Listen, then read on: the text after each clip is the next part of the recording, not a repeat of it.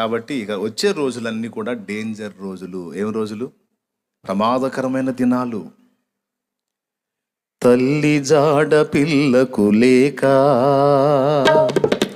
పిల్ల జాడ తల్లికి రాక. తల్లి జాడ పిల్లకు లేక, పిల్ల జాడ తల్లికి రాక. చెట్టుకొకరు గుట్టకొక్కరై అనాథలై అరచే రోజు. చెట్టుకొకరు గుట్టకొక్కరై అనాథలై అరచే రోజు. ఆ రోజు శ్రమ నుండి తప్పించే నాథుడు లేడు. ఆ రోజు శ్రమ నుండి తప్పించే నాథుడు లేడు. అది ఆ రోజు యేసయ్య ఉగ్రత రోజు. శ్రమల రోజు, పాపులంతా ఏడ్చే రోజు. అది ఆ రోజు. దేవునికి స్తోత్రం. హల్లెలూయా. భయంకరమైన దినం, గొర్రెపిల్ల ఉగ్రత దినం. కాబట్టి ఇప్పుడు కొంచెం హడావుడి చేసి మళ్ళీ కొంచెం బ్రేక్ ఇచ్చింది కదా, కొంచెం తగ్గుముఖం పట్టినట్టుంది కదా. ఈసారి మళ్ళీ ఇంకొక విధమైన కౌంటర్తో వచ్చింది. ఎలా జరిగిద్దో ఏమో, మనకేం జరగదులే అని ఎవ్వరూ అనుకోకూడదు. అందరూ జాగ్రత్త పడాలి. నిద్రమత్తు వీడి రాకడకు అన్ని విషయాల్లో జాగ్రత్తగా ఉండాలి. పరిశుద్ధ జీవితాన్ని కోల్పోయిన వారు తిరిగి పరిశుద్ధ జీవితాన్ని సాధన చేయాలి. దేవునితో అనుబంధాన్ని తెంచేసుకున్న వాళ్ళు తిరిగి దేవునితో సంబంధాన్ని ఏర్పరచుకోవాలి. ఆత్మీయ జీవితంలో అడుగంటిపోయిన వాళ్ళు తిరిగి ఆత్మీయ జీవితంలో మండునట్లు మళ్ళా జాగ్రత్త పడాలి. సువార్త ప్రకటించటం ఆపేసి ఆత్మల రక్షణ కార్యాన్ని జరిగించడాన్ని పక్కన పెట్టినటువంటి వ్యక్తులు తిరిగి రెండంతల అభిషేకం పొంది రెట్టింపు ఉత్సాహంతో మళ్ళా ఆత్మల సంపాదన కొరకు రేగాలి. ఆయన రాకడ సమీపం అవుతుంది. సమీపం అయ్యే కొద్దీ మనం జాగ్రత్త పడాలి. కాబట్టి ఒకవేళ దేవుడు నీకు అవకాశం ఇచ్చుంటే ఎన్ని విధాల ఛాన్స్ ఉంటే అన్ని విధాలా నశించిపోతున్న ఆత్మ రక్షించడానికి నీ వంతు ఎంతవరకు కష్టపడగలవో అంతవరకు పడు. కానీ ఒక్కటి ఖచ్చితంగా చెప్తాను, సంభవాలు అయితే స్టార్ట్ అయినాయి. ప్రకటనలో చెప్పినటువంటి సంభవాలు అయితే ప్రారంభమైనాయి. దానికి మొదటి గురుతు ఇది అని అచ్చంగా ఇతమిద్దంగా చెప్పలేకపోయినా ఒకటైతే కన్ఫర్మ్, మొన్న జరిగినటువంటి కరోనా ఇన్సిడెంట్ అనేది మాత్రం ప్రపంచ చరిత్రలో మొదటి సంగతి. అది ఇంతవరకు ఎప్పుడు ఎక్కడ ఎన్నడూ కనివిని ఎరిగిన రీతిలో టోటల్ ప్రపంచమంతా అట్లా స్తంభించినటువంటి విధానం అనేది అయితే ఇదే చరిత్ర. 6 నెలల కాలం. ఇలాంటివన్నీ ఇంకా అనేకం జరగబోతున్నాయి. వాటన్నిటిని దృష్టిలో పెట్టుకొని ఎక్కడోళ్ళు అక్కడ జాగ్రత్తగా విశ్వాసాన్ని కాపాడుకోవాలి. యేసయ్య రాకడలో 2 జరుగుతాయి, గుర్తుపెట్టుకోండి. చాలామంది విశ్వాసులు అవిశ్వాసులు అవుతారు, నంబర్ 1. నంబర్ 2, చాలామంది అవిశ్వాసులు విశ్వాసులు అవుతారు. యేసయ్య రాకడలో 2 జరుగుతాయి. చాలామంది విశ్వాసులు తమ విశ్వాసాన్ని విసర్జించి అవిశ్వాసులుగా మారిపోతారు. చాలామంది అవిశ్వాసులు విశ్వాసులుగా మార్పు చెందుతారు. అదేంది అంటే అదే జరగబోతుంది. ఒక పక్కన ఆల్రెడీ యేసుక్రీస్తుని విశ్వసించి భక్తిని చేస్తున్నట్టుగా ఆత్మీయంగా ఉన్నట్టుగా కనపడుతున్నా, ఇప్పుడు భవిష్యత్తులో వాడు చివరి దాకా అలాగనే ప్రయాణం చేస్తాడన్న గ్యారంటీ ఏమీ లేదు. నాకు తెలిసిన ఒకటిని చూశాను నేను. వాడు ఎక్కువ శాతం ఇక్కడే గడిపేవాడు, చిన్నోడు, ఓ తమ్ముడు. వాడు ఆసక్తి చూస్తే నాకే ఆశ్చర్యం కలిగేది. ఎంత భక్తిరా వీనికి, ఎంత విశ్వాసం, ఎంత ఆసక్తి అని. మొన్న ఆ మధ్య కనపడ్డాడు, వేరే మతంలో కలిసిపోయి కనపడ్డాడు. సహవాసం వదిలిపెట్టి వెళ్ళిపోయాడు. వెళ్ళిపోయిన తర్వాత దేవుని సహవాసం వదిలితే పట్టేది ఏందిక? దయ్యపు సహవాసమే. ఆ సహవాసానికి చిక్కినట్టు ఉన్నాడు. అసలు వాడి అవతారం, వాడి విధానం, వాడి గెటప్ మొత్తం మారిపోయి కంప్లీట్గా వేరే మత విశ్వాసంలోకి వెళ్ళిపోయి యేసుని విసర్జించాడు. నేనైతే ఊహలో కూడా అనుకోలేదు వాడు అలాగ దేవుణ్ణి విసర్జిస్తాడని. ఈరోజు ఇంతమంది ఇక్కడ కూర్చొని ఉన్నారు, లైవ్లో అనేక మంది ఉన్నారు.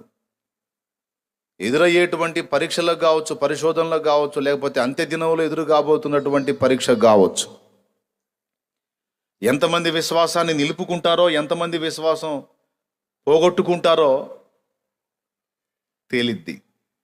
మొత్తానికి అందరికీ విశ్వాస పరీక్ష అయితే తప్పనిసరిగా ఎదురైద్ది. దీనికి మెంటల్గా ప్రిపేర్ అయి ఉండాలి. దేవునికి మహిమ. దేవుని రాజ్యాన్ని ఆశించి దేవుణ్ణి హత్తుకున్నటువంటి వాళ్ళు, యుగయుగాలు నాకు యేసుతో జీవితం కావాలి అనుకుంటున్నటువంటి వాళ్ళని ఆ జీవితంలోకి వెళ్లకుండా అడ్డగించడానికి దేవ వ్యతిరేకమైనటువంటి సైతాను నానా విధాల యాతనలను మనకు కల్పించి ఆయన నుండి మనం వేరొగునట్లు కష్టపడతాడు. శ్రమలతో భయపెట్టి వెనక్కి తిప్పాలని చూస్తాడు. ఒకటి, ఈ శ్రమలకు లొంగే రకం కాదురా ఈడు మొండోడు, శ్రమ పెట్టే కొద్ది ఇంకా దగ్గర అవుతాడు అంటే ఆకర్షణలను చూపించైనా సరే పక్కకు తీసే టైప్ వాడు. అర్థమైందా? మొట్టికాయలు వేసన్నా మార్చని ట్రై చేస్తాడు. అట్లా మారే రకం కాదురా అంటే తాయిలం ఇచ్చైనా సరే వాడిని ఆకర్షించడానికి ట్రై చేస్తాడు ఏదో ఒక విధంగా. కానీ ఏ విధంగా కూడా యేసుని విసర్జించకుండా చచ్చిందాకా జాగ్రత్త పడితే దేవునికి స్తోత్రం. ఇక యుగయుగాల నిత్యానందం మన సొంతం. దేన్నన్నా వదలాలి, ఊపిరన్నా వదలాలి, ఆ చావు వస్తే చావటానికైనా సిద్ధమే. కానీ యేసును మాత్రం నేను విసర్జించను అనే స్థిర తీర్మానం మనకు మాత్రం ఉండాలి. ఎందుకంటే లూకాసు వార్త 18లో విధవరాలి గురించి మాట్లాడుతూ అన్యాయస్తుడైన న్యాయాధిపతిని గురించిన ఉపమానంలో మనుష్య కుమారుడు మరలా భూమి మీదకి వచ్చినప్పుడు భూమి మీద విశ్వాసము కనుగొనునా అన్నాడు. అంటే అసలు అర్థం ఏంటి? విశ్వాసం ఉండదానే? విశ్వాసం ఉండదానే? ఉంటుంది. ఇలాంటి విశ్వాసం కనుగొనగలుగుతానని మళ్ళా వచ్చినప్పుడు ఇట్లాంటి విశ్వాసులు ఉంటారా అంటే ఖచ్చితంగా విశ్వాసానికే పరీక్షలు ఎదురుగాబోతున్నాయి. ఇప్పటిదాకా మనం విన్న బోధల్లో చాలామంది బోధిస్తున్నటువంటి బోధలలో మనకి ఏ నొప్పులు ఉండవు, ఏ బాధలు ఉండవు, ఏ శ్రమలు ఉండవు, ఏ కష్టాలు ఉండవు. అసలు యేసు ప్రభువుని నమ్ముకుంటే అన్ని అద్భుతాలే, వరుస అద్భుతాలు, ఆశ్చర్యాలు, సూచక్రియలు, మహత్కార్యాలు, గొప్ప గొప్ప కార్యాలన్నీ జరుగుతూ ఉంటాయి.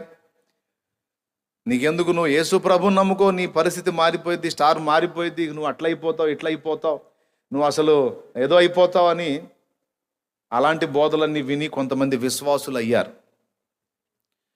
యేసు ప్రభు చేసేటువంటి సూచక్రియలు, మహత్కార్యాలు, అద్భుతాలు, సహాయములను బట్టి ఒకడు విశ్వాసంలోకి వస్తే అతనికి ఏదైనా విశ్వాస పరీక్ష ఎదురై ఇబ్బందులు కనపడితే ఖచ్చితంగా వాడు మళ్ళా వెనక్కి వెళ్ళిపోతాడు. యేసు ప్రభుని వెంబడించిన గుంపు అంతా కూడా చివరికి అదే జరిగింది. యేసయ్య ఎటుపోయినా గుంపులు గుంపులు జన సమూహాలు వెంటబడి వెళ్ళేవాళ్ళు. అర్థమైందా? గుంపులు గుంపులు వెళ్ళేవాళ్ళు.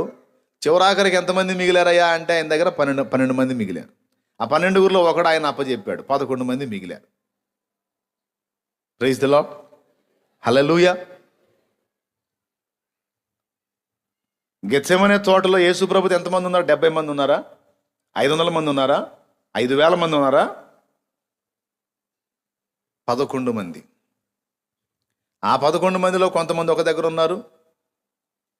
యోహాను, యాకోబు, పేతురు, ఈ ముగ్గురు ఒక దగ్గర ఉన్నారు. అక్కడి నుంచి ఆయన మళ్ళా ఇంకొంచెం దూరం పోయి అక్కడ మోకాళ్ళేసి ప్రార్థన చేశాడు యేసయ్య. నేను అందుకే చెప్తున్నా,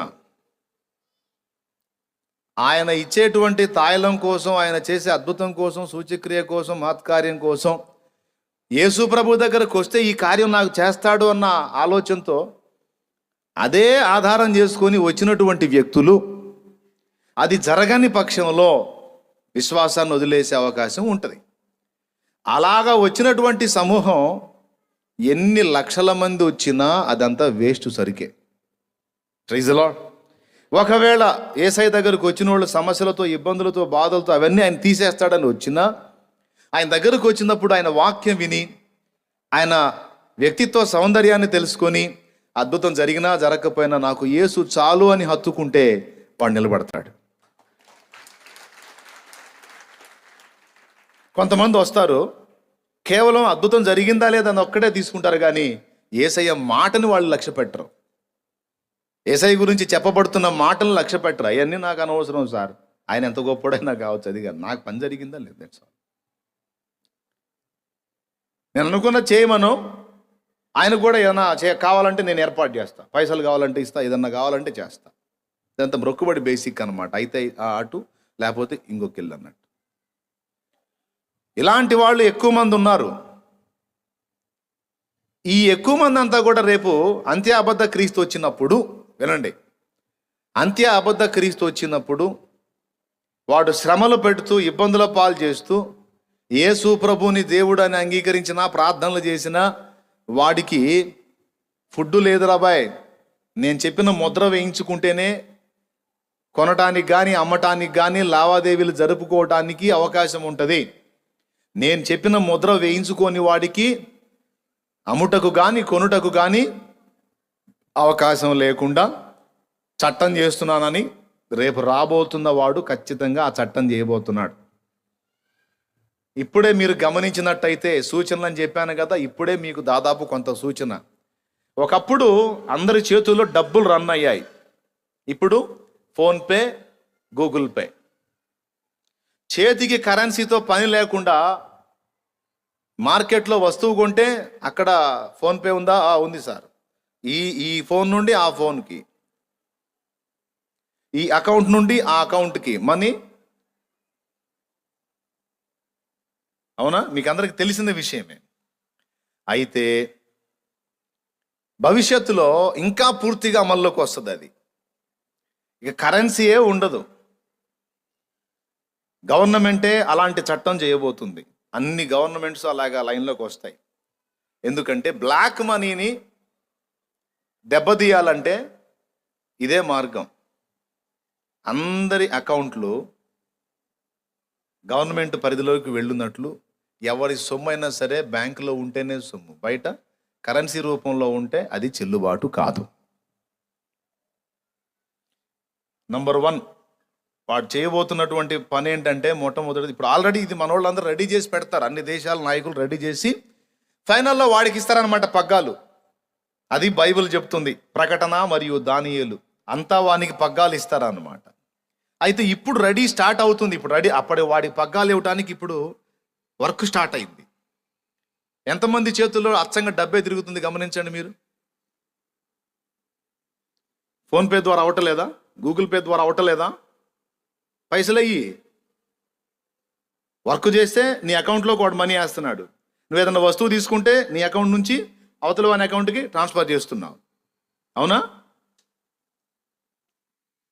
ఇదే ఇంకా ఇంకా ఇంకా అభివృద్ధి చెంది ఎవరి చేతిలో కూడా కరెన్సీ ఉండకుండా అయిపోతుంది. ఇది ఒకటి.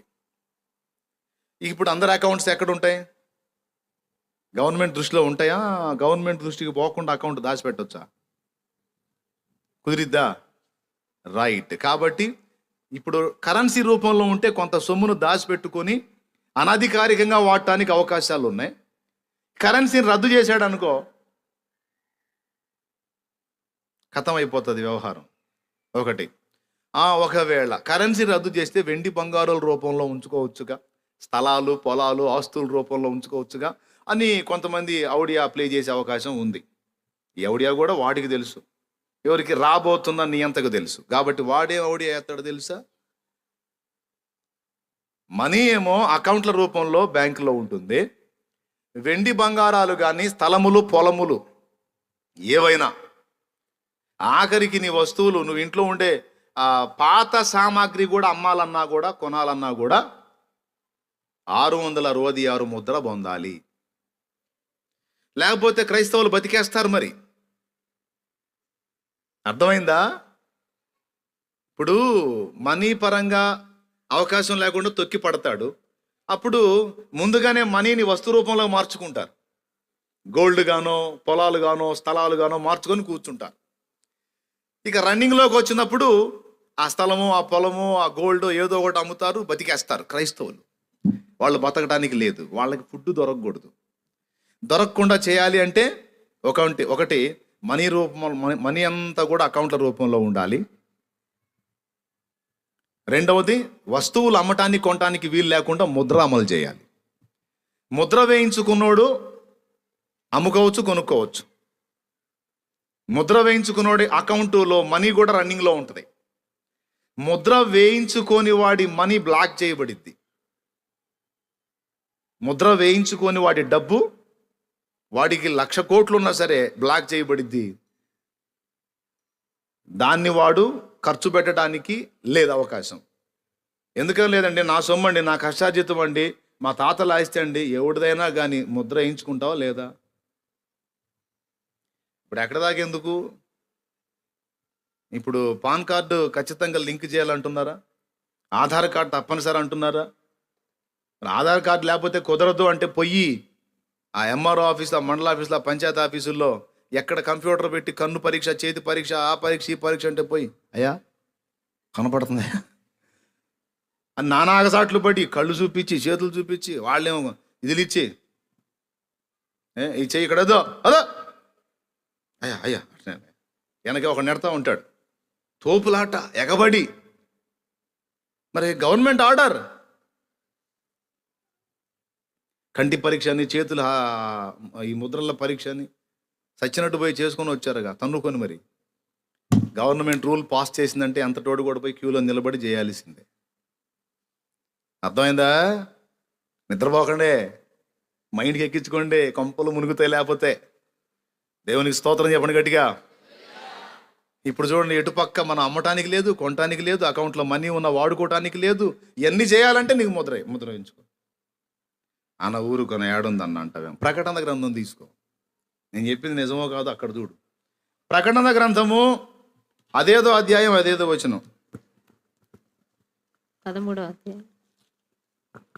ఇప్పుడు నాకు తెలిసి ఒక 5-6 సార్లు చెప్పుంటా, అందుకని చదువు తల్లి. 13వ అధ్యాయము 17వ వచనం నుంచి 16-17 కలిసి ఉంటుంది. కాగా కొద్దివారు గాని గొప్పవారు గాని, ధనికులు గాని దరిద్రులు గాని, కొద్దివారు గాని గొప్పవారు గాని, ధనికులు గాని దరిద్రులు గాని, స్వతంత్రులు గాని దాసులు గాని అందరూ తమ కుడి చేతి మీదనైనను తమ నొసటి యందైనను ముద్ర వేయించుకొనున్నట్లు ఆ ముద్ర అనగా ఆ మృగము పేరైనను దాని పేరిటి సంఖ్య అయినను గలవాడు తప్ప క్రయ విక్రయములు చేయుటకు మరి ఎవనికి అధికారము లేకుండానట్లును. క్రయము కొనుట, విక్రయము అమ్ముట, ఆ ముద్ర ఉన్నాడే తప్ప ఎవడు కూడా క్రయ విక్రయములు చేయడానికి అవకాశం లేదని చెప్పేశాడు. ఇప్పుడు చెప్పండి, నా మాట బైబిల్లో ఉందా? పర్రపాటును కూడా మిస్ కాదు, ఉంది. అప్పుడు ఎదురైద్ది ఒక్కొక్కళ్ళకి పరీక్ష. ఆ దెబ్బలో తేలిద్ది సరుకంతా. అమ్ము బాబు, ఈ ఆజ్ఞ 3.5 ఏండ్లు మాత్రమే ఉంటుంది. దేవునికి స్తోత్రం కలుగును గాక. ఎన్నేళ్ళు? 3.5 ఏండ్లు మాత్రమే ఉంటుంది. కొంతమంది సేవకులు బోధిస్తూ ఉన్నారు, వారి అవగాహన రాహిత్యం. ఆడొచ్చి ఆ ప్రపంచనీయంతో వచ్చి పరిపాలన మొదలుపెట్టేటప్పటికీ సంఘం వెళ్ళిపోయిద్దని కొంతమంది బోధిస్తున్నారు. వాళ్ళ అవగాహన అది. కానీ షాలేము రాజు అనబడే నేనేం బోధిస్తున్నానంటే, దేవుని వాక్యాన్ని అనుసరించి ఖచ్చితంగా వాడి పాలనలో 3.5 ఏండ్లు మనం ఉంటాము. 3.5 ఏండ్ల తర్వాత మనం ఎత్తబడతాం అనే మాట నేను చెప్తున్నా. కొంతమంది ఏమో అదంతా కాదు, మనకి అదేముండదు, వాడు వచ్చి విడవబడ్డోళ్ళని పాలిస్తాడు, మనం దేవుని పరిశుద్ధులం కాబట్టి మనం శిక్ష పాలగుటకు కాదు, రక్షణ పొందుటకే మనల్ని దేవుడు ఏర్పరచుకున్నాడు కనుక మనకు అసలు ఆ శ్రమలు ఏముండవు, మనం వెళ్ళిపోతాం, మనకు ఆ బాధలు ఉండవు అని బోధించినటువంటి బోధకులు.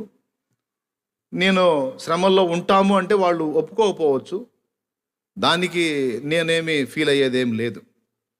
సంఘానికి ఏమి లేవని వారు బోధిస్తున్నారు. కాదు, ఉన్నాయి. శ్రమల్లో ఖచ్చితంగా మనం ఉండాలి, వాడిని ఎదుర్కోవాల్సిందే. ఆ టైంలో వాడు పెట్టే ఆ పరిశోధనలన్నింటిలో కూడా మన విశ్వాసాన్ని కాపాడుకొని నిలబడాల్సిందే. మీకెందుకు, మీరు ప్రిపేర్ అయి ఉండండి అని నేను చెప్తున్నా.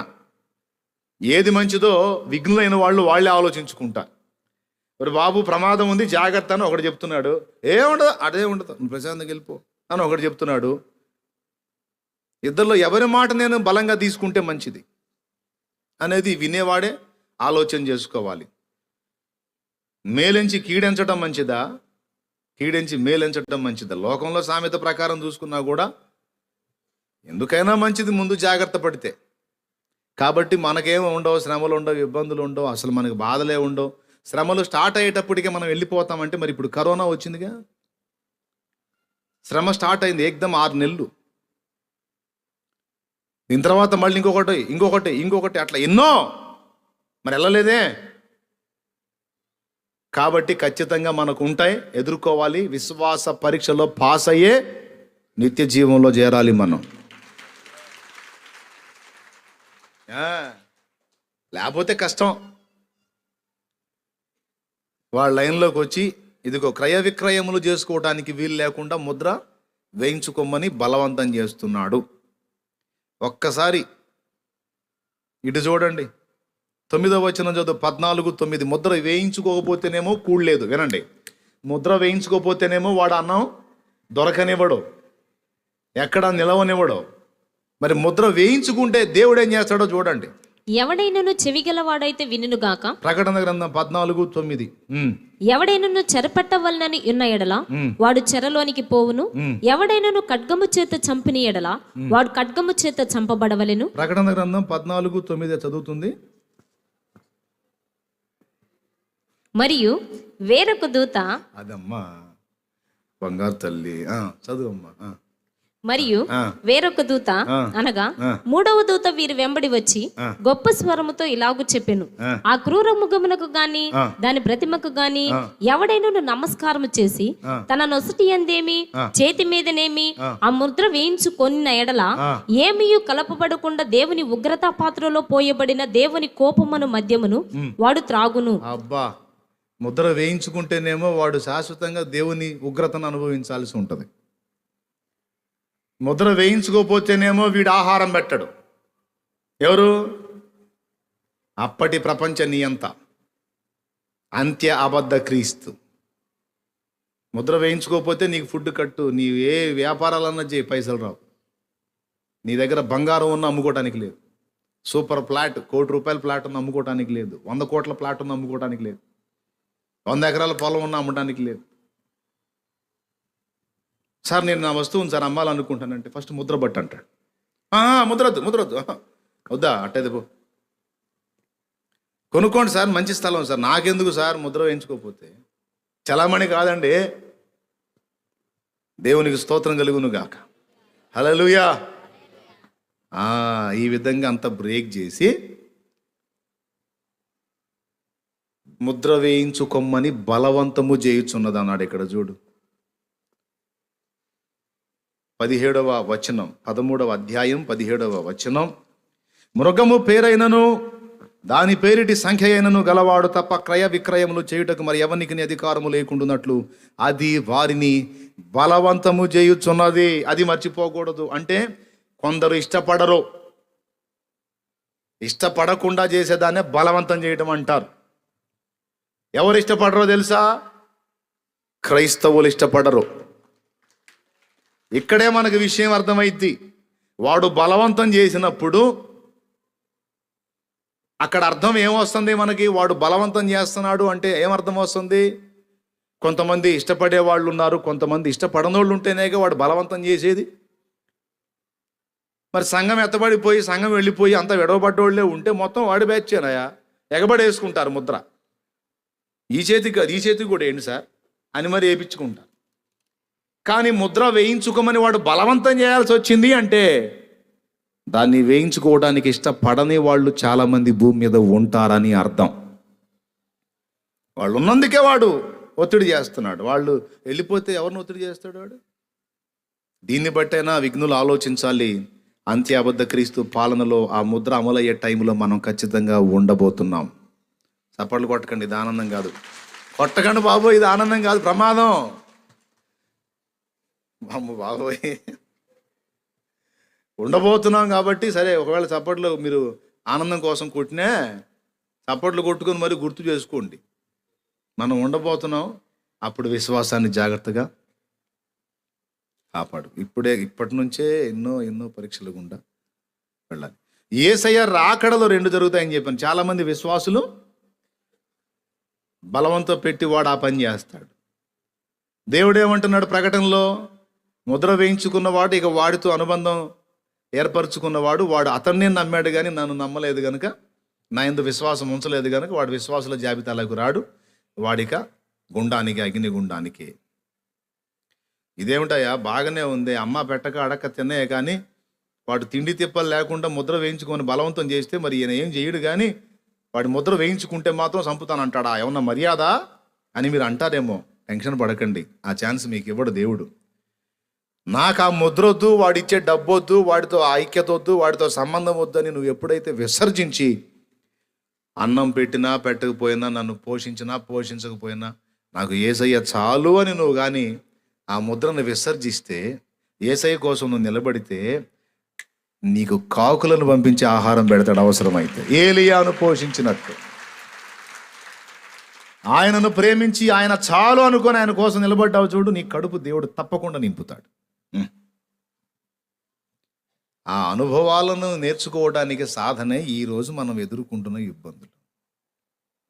చాలామంది అన్నా అప్పుడెప్పుడో కదన్నా, అప్పటికి ఉంటామో పోతామో తెలియదు, ఇప్పుడే సాగుకొడుతున్నాడు ఎందుకన్నా దేవుడు అంటే, నువ్వు ఇప్పటి నుంచే దేవుని మీద ఆధారపడటం నేర్చుకోవాలని దేవుడు నేర్పుతున్నాడు. ఎవరి కోసమో తెలుసా? నీ కోసం కాదు. నువ్వు దేవుని మీద ఆధారపడి బ్రతకటం అనేది నీ పిల్లలు చూస్తారు చూడు, వాళ్ళ కోసం ఇప్పుడు నీకు నేర్పుతున్నాడు దేవుడు. ఇప్పుడు వాస్తవంగా కొట్టాల్సింది, కానీ మీరేమో అది పట్టించుకోరు. అది వచ్చింది గొడవ. దేవుడు ఇప్పుడు నీకెందుకు విశ్వాసంతో ఆయన మీద ఆధారపడటం నేర్పుతున్నాడో తెలుసా? నువ్వు అప్పటిదాకా ఉండొచ్చు, ఉండకపోవచ్చు.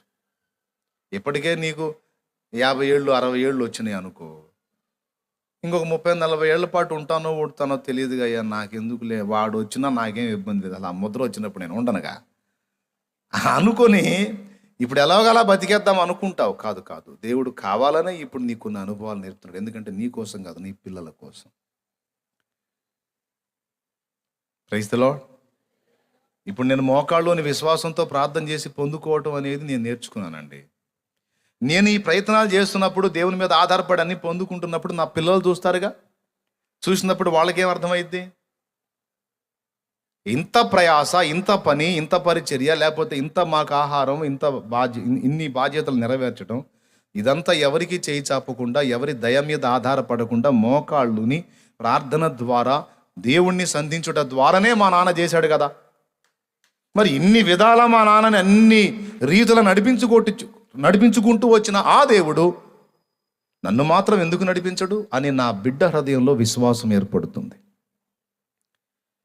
ఓకే, అందుకే చెప్తున్నా, ఇప్పటి నుంచే దేవుని మీద ఆధారపడి బ్రతకటం అనేది సాధన చేయాలి. అలా సాధన చేసిన వాడు తన విశ్వాసం కాపాడుకుంటాడు, తన బిడ్డల విశ్వాసాన్ని కూడా కాపాడగలుగుతాడు. కానీ కొంతమంది అది పట్టించుకోవట్లా. ఎక్కువ శాతం మంది తాయిలం బ్యాచ్ ఉన్నారు. తాయిలం దొరికితే ఉందాం, లేకపోతే పడేద్దామని. వీళ్ళలో చాలామంది అవిశ్వాసులు అవుతారు రేపు డేంజర్ దినాల్లో. రేపు వాడొచ్చి ముద్రేసే టైంలోనే కాదు, ఇప్పుడే శ్రమలు వచ్చినాయి అంటే, ఏదైనా కుటుంబాల్లో కలహాలు కానీ ఇబ్బందులు కానీ అనుకోని జరిగినాయి అనుకో, అడ్రస్ కూడా దొరకరు.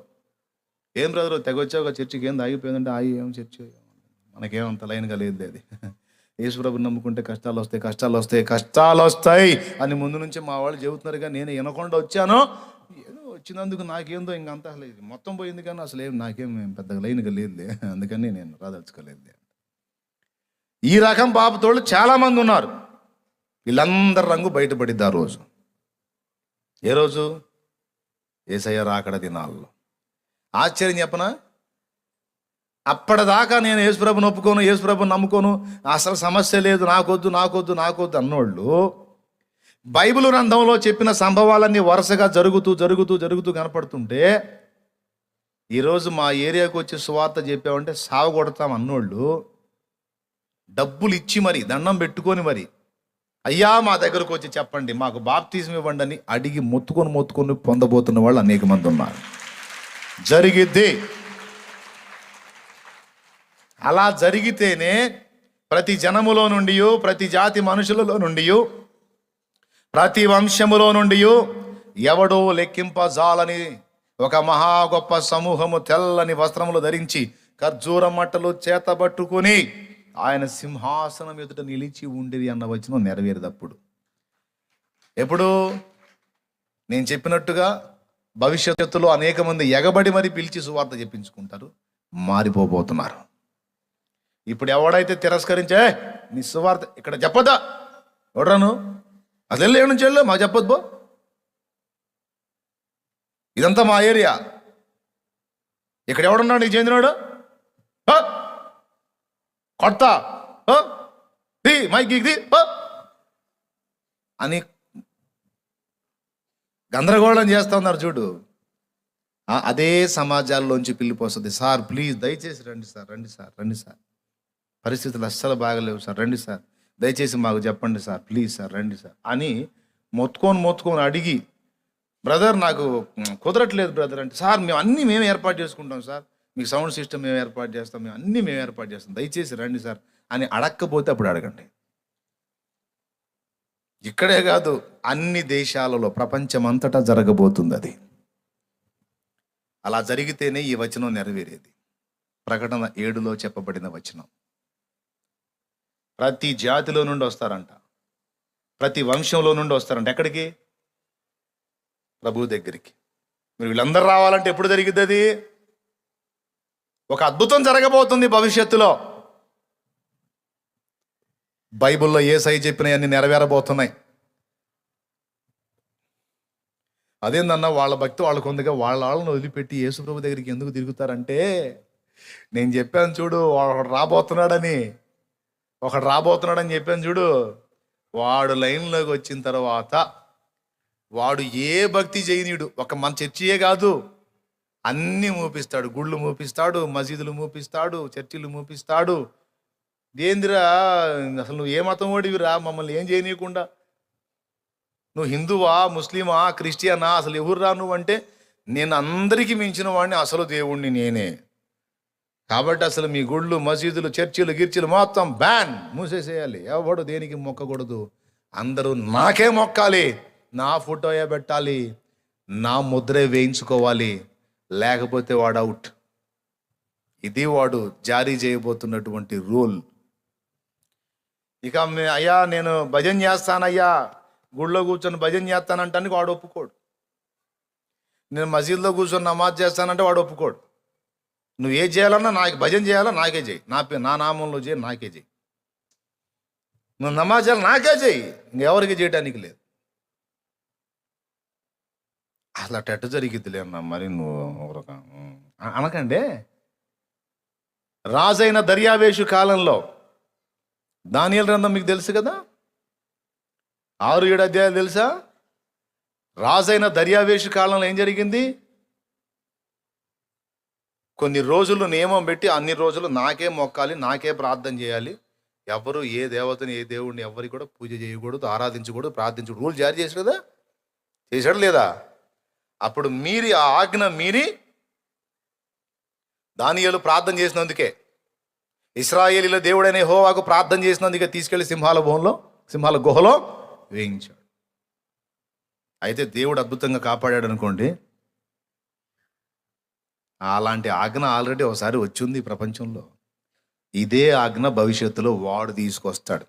నేను అందుకే చెప్తున్నా, బైబిల్ గ్రంథంలో పాత నిబంధనలో భక్తులకు జరిగిన సంభవాలన్నీ అంత్యదినములో సంఘం ఎదుర్కోబోతున్నటువంటి సంభవాలకు, శ్రమలకు సూచనగా, ముంగుర్తుగా వాళ్ళకు జరిగినాయి. ఆ జరిగినవి దృష్టాంతంగా మనకు రాయబడ్డాయి. అందరూ ఎవ్వరికి ప్రార్థన చేయకూడదు, నాకే ప్రార్థన చేయాలనే దర్యావేషు పాలనలో వచ్చిన చూడు రూలు, దాన్ని అమలు చేయబోతున్నాడు. కాబట్టి ఇక అన్ని మతాల వాళ్ళు ఏం చేయాలా? బైబిల్లో చెప్పినట్టే ఇది జరుగుతున్నారా బాబు, అయ్యా రండి మాకు బాప్తీసం ఇవ్వండి అని ఇప్పుడు డబ్బులు ఇచ్చి మతం మారుస్తున్నారు అన్నారు చూడు. అప్పుడు వాళ్ళే ఎగబడి మరి పైసలు ఇచ్చి మరి వాళ్ళే వచ్చి బాప్తీసం పొందుతారు. ఆ రోజు ఆ శుభగడియ కూడా రాబోతుంది. కానీ దారుణం చెప్పనా, వాళ్ళకి వచ్చి బాహాటంగా ఇవ్వటానికి కూడా అవకాశం ఉండదు. అప్పుడు ఈరోజు ఇస్తాం తీసుకోండి రా అని ఎమ్మడబడితేనేమో పట్టించుకోలేదు కదా. ఆ రోజు వాళ్ళకి బాప్తీసం ఇవ్వడానికి పోవాలంటే అపోస్తలులాగా సాహసం చేసి పోవాలా, సావుకు తెగబడి. అందుకే దండం పెట్టి బతిలాడేది, అయ్యా మీకోసం ఏం చేయమంటే అది చేస్తాం, దయచేసి రండి మాకు బాప్తీసం ఏంటంటే, సహోదరులారా శత్రువు విజృంభిస్తున్నాడు, ఇప్పుడు బాహాటంగా వచ్చి ఇవ్వటానికి లేదు అంటే మా గతి ఏంది? పైకి చూడండి, ప్రార్థన చేయండి, స్తోత్రం. అర్థమైందని నేను చెప్పింది? ఈరోజు ఇస్తాం తీసుకోండి అని ఎమ్మడబడ్డా లెక్క చేయని వాళ్ళు ఆ రోజు అడిగినా ఇవ్వటానికి అవకాశాలు లేని పరిస్థితులు ఏర్పడబోతున్నాయి. ఒకవేళ అవకాశం దొరికిందా, ఏ చెరువు దగ్గరన్నా, ఏ కుంట దగ్గరన్నా, ఏ కాలువ దగ్గరన్నా, ఏ నీళ్ళ దగ్గర ఛాన్స్ దొరికిందా, ఒక దైవజనుడు దొరికాడు అనుకో, 100 మంది ఆవుతున్న దిగుతారు కాలువలోకి. అయ్యా మీరు ఒక్క మాట ప్రార్థన చేయండి, ఒక్కసారి చెప్పండి, మొత్తం మునుగుతాం. అయ్యా దేవునికి స్తోత్రం కలుగును గాక. మాకు రక్షకుడు కావాలి, యేసు కావాలి, యేసు కావాలి అని మొత్తుకునే రోజులు రాబోతున్నాయి, వస్తాయి. అందుకు చెప్పా ఒక్కటే మాట, యేసు రాకడలో ప్రస్తుత విశ్వాసుల ముసుగులో ఉన్నటువంటి బలహీనలంతా అవిశ్వాసులుగా మారిపోయి ముద్ర వేయించుకుంటారు. ఆల్రెడీ అవిశ్వాసులుగా ఉన్న వాళ్ళు కొంతమంది ఉన్నారు చూడు. రేపు ఆ సంభవాలన్నీ నెరవేరుతున్నప్పుడు గుర్తుపట్టి మాకు యేసు కావాలని అనేక మంది కొత్త వాళ్ళు రక్షణలోకి వస్తారు. అది విషయం, ఖచ్చితంగా ఇది జరుగుద్ది. కాబట్టి ఇక్కడున్న మీ అందరూ కావచ్చు, భవిష్యత్తులో మీరు రక్షించబోతున్న వ్యక్తుల్ని కావచ్చు, ఈ సంగతులన్నీ చెప్పి తుదిశ్వాస విడిచేంత వరకు మీరు రక్షణ పోగొట్టుకోవద్దు, యేసయ్యను విడిచిపెట్టొద్దు. యేసు అనే రక్షణ ఓడ దిగి వెళ్ళిపోయాడా వాడు నరకానికే. నువ్వు కిందపడు, మీదపడు, తన్నుకో, తలగబోసుకో, యేసు అనే రక్షణ ఓడలో నిలిచి ఉన్నంత వరకు నీకు భద్రత. యేసును వదిలి దాటి వెళ్ళిన నాడు కన్ఫామ్ చేసుకో నరకానికి. యేసులో ఉన్నంత వరకు నిత్య జీవం గ్యారెంటీ.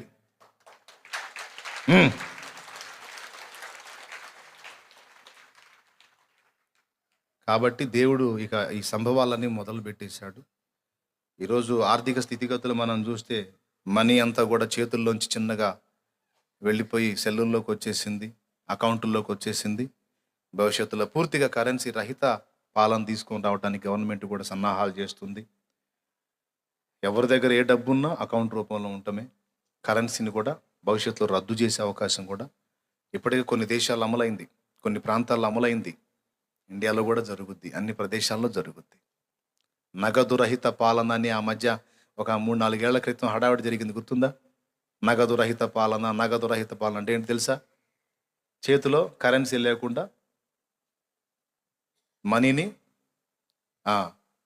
ఒకరి ఖాతా నుంచి, ఒకరి అకౌంట్ నుంచి ఇంకొక అకౌంట్కి పంపిణీ చేయటం అనే ప్రక్రియ మొదలైంది. ఇప్పుడు ఫుల్ అయిపోయింది. అది పెట్రోల్ కొట్టించుకుంటే గూగుల్ పే, లేకపోతే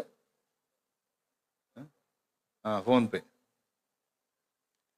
ఇదంతా గుర్తించినప్పుడు మీరు గమనించాలి, దానికే సన్నాహాలు అవుతున్నాయి.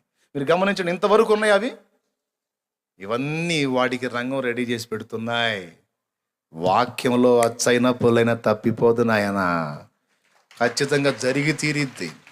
కొంతమంది వికార పళ్ళు, వెటకారపు మాటలు మాట్లాడేదో అనుకుంటారు, ఒక్కొక్కడికి పళ్ళు రాలుతాయి రేపు. తప్పదు ఆయన మాట. అందుకే అందరి విశ్వాసం జాగ్రత్త చేయాలి, చివరి వరకు విశ్వాసాన్ని కాపాడుకోవాలి. ఎన్ని బాధలైనా పడాలి, ప్రతిదానికి ఆయన మీదే ఆధారపడాలి, వేరే ప్రత్యామ్నాయం లేదు. నేర్చుకోవాలి.